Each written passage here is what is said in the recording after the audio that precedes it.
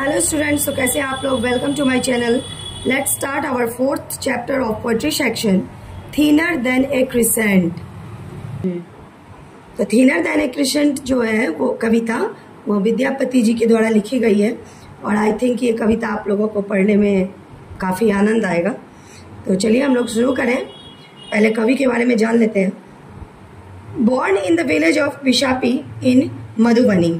तो विद्यापति जो है उनका जन्म विशापी में मधुबनी जिले के एक गांव में हुआ था, on the eastern side of north Bihar. तो नॉर्थ बिहार के ईस्टर्न साइड में मधुबनी स्थित है, वहीं पर एक गांव विशापी में उनका जन्म हुआ था। Vidyapati is well known for depicting the pangs of separation in the well known tradition of Jayadev. His love songs recreate and reveal the world of Radha and Krishna, the major love figures of Indian mythology and literature। जैसा कि आप लोग को पता होगा कि कृष्ण जी जो है वह प्रेमी के लिए काफ़ी प्रसिद्ध हैं। तो इनकी जो कविताएं होती थी विद्यापति जी की, तो सेपरेशन यानी कि जो अलगाव बिछड़ाव जो होता है, दो प्रेमियों के बीच का जो बिछड़ाव है उस पर उनके लव सॉन्ग्स यानी कि प्रेम का गीत हो या कविता हो, ज़्यादातर इसी पर लिखा जाता था और इसी के लिए वो ज़्यादातर पारंपरिक तौर पर जाने भी जाते थे। राधा कृष्ण का जो प्रेम है वो जग प्रसिद्ध है हमारे इंडियन माइथोलॉजी में भी और लिटरेचर में भी। However, while Jayadev's poem celebrates Krishna's love and pays comparatively little attention to Radha the woman, तो पहले इतना दूर हम लोग समझ लें कि जबकि जयदेव भी एक लेखक हैं, तो उनका जो पोएम होता था वो ज़्यादातर कृष्ण जी के प्यार को प्रदर्शित करता था।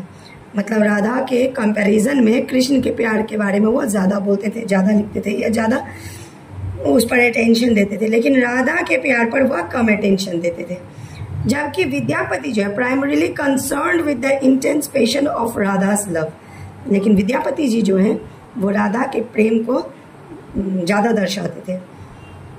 At once sensuous and sensual, descriptive and dramatic, Vidyapati's song range beyond the mythological only to find their place in the heart of a human lover whose dreams and desires never die। तो दो प्रेमियों का जो जोड़ा होता है उनका dream यानी कि सपना और डिजायर जो है वो कभी नहीं मरता है। तो विद्यापति जी का ऐसा ही सॉन्ग जो होता है वह इसी पर आधारित होती है। Whose sighs and cares never end. The present poem is in the form of a report from a friend of Radha to Lord Krishna। तो प्रेजेंट पोएम जो हम लोग पढ़ने वाले हैं तो वो जो है राधा की जो सखियां हैं, सहेलियां हैं यानी कि फ्रेंड्स हैं, वह भगवान कृष्ण को कुछ बताती हैं, उसी पे ये पोएम आधारित है। The young girl took this to heart. Consequently, her health began to fail. Greatly concerned over this condition of Radha, the anonymous friend runs to Lord Krishna to report this। तो राधा को कुछ ऐसी परिस्थितियां आई जिससे उनके दिल पे गहरा चोट पहुंचा, जिससे उनका स्वास्थ्य दिन ब दिन गिरना शुरू हो गया और राधा के प्रति कंसर्न दिखाते हुए उनकी जो सखियां थी वह भगवान के पास पहुंचती है, यानी लॉर्ड कृष्णा के पास पहुंचती है उस चीज को बताने के लिए। तो सॉरी मैंने ये नहीं बताया, thinner than a crescent. Thinner than a crescent का मतलब होता है, थिनर मतलब पतला होता है और क्रिसेंट जो, तो क्रिसेंट का अर्थ होता है चंद्रमा का आकार। आप लोग देखते होंगे कि कई प्रकार का होते रहता है, चेंज होते रहता है उसमें, full moon, half moon, quarter moon. तो ये जो क्रिसेंट का अर्थ होता है, जैसे दूतिया का चांद बोलिए एकदम पतला सा चंद्रमा जो होता है उसे ही क्रिसेंट बोला जाता है। तो चलिए अब हम लोग अपने पोएट्री सेक्शन की ओर बढ़े। Her tears curved a river, and she brooks on its bank, hurt and confused। तो लॉर्ड कृष्णा के पास जो उनकी सखियां जाती है कहने के लिए कि उसके आंसू से एक नदी बन गई है और उस नदी के किनारे वह कंफ्यूज और हर्ट होकर के बैठी हुई है। You ask her one thing, she speak of another.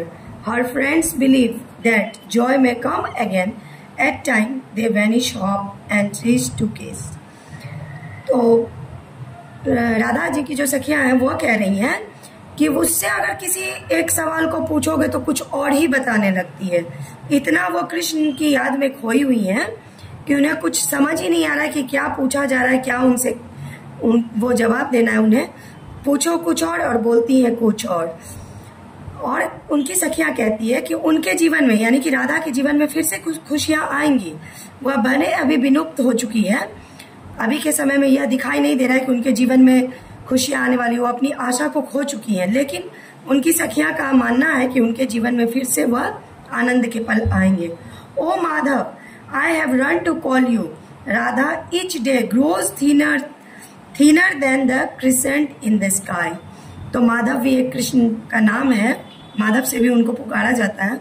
तो राधा की सखियां कह रही कि ओ माधव, हम लोग आपको इसीलिए कहने आए हैं कि राधा जो है प्रत्येक दिन थीनर देन थीनर, मतलब इतना दुबली हो जा रही है जैसे आकाश में वह चंद्रमा हो। दुबली पतली सी जो चंद्रमा होती है, द्वितीया के चांद की तरह वह दुबली होती जा रही है। तो यह जो कविता थी वो राधा और कृष्ण की प्रेम की कहानी थी, जो कृष्ण की जुदाई में राधा जो है किस प्रकार से अपने मेंटल और फिजिकल कंडीशन को खोती जा रही थी दिन ब दिन। तो विद्यापति जी यही बताना चाह रहे थे कि प्रेमी का जो जोड़ा होता है उसका जो सेपरेशन है, उसी पर यह कविता है। और जयदेव जी की जो कविताएं थी, जैसा कि आपको बताया कि वो कृष्ण पे ज्यादा अटेंशन दिए हुए हैं, और यहाँ आप लोग देखे होंगे कि सिर्फ और सिर्फ राधा के प्रेम के बारे में ही दिया गया है। तो बताइएगा आप लोग कि आप लोगों को कविता कैसी लगी। मेरा वीडियो पसंद आए तो लाइक कीजिए, शेयर कीजिए और मेरे चैनल को सब्सक्राइब कीजिए। Thank you.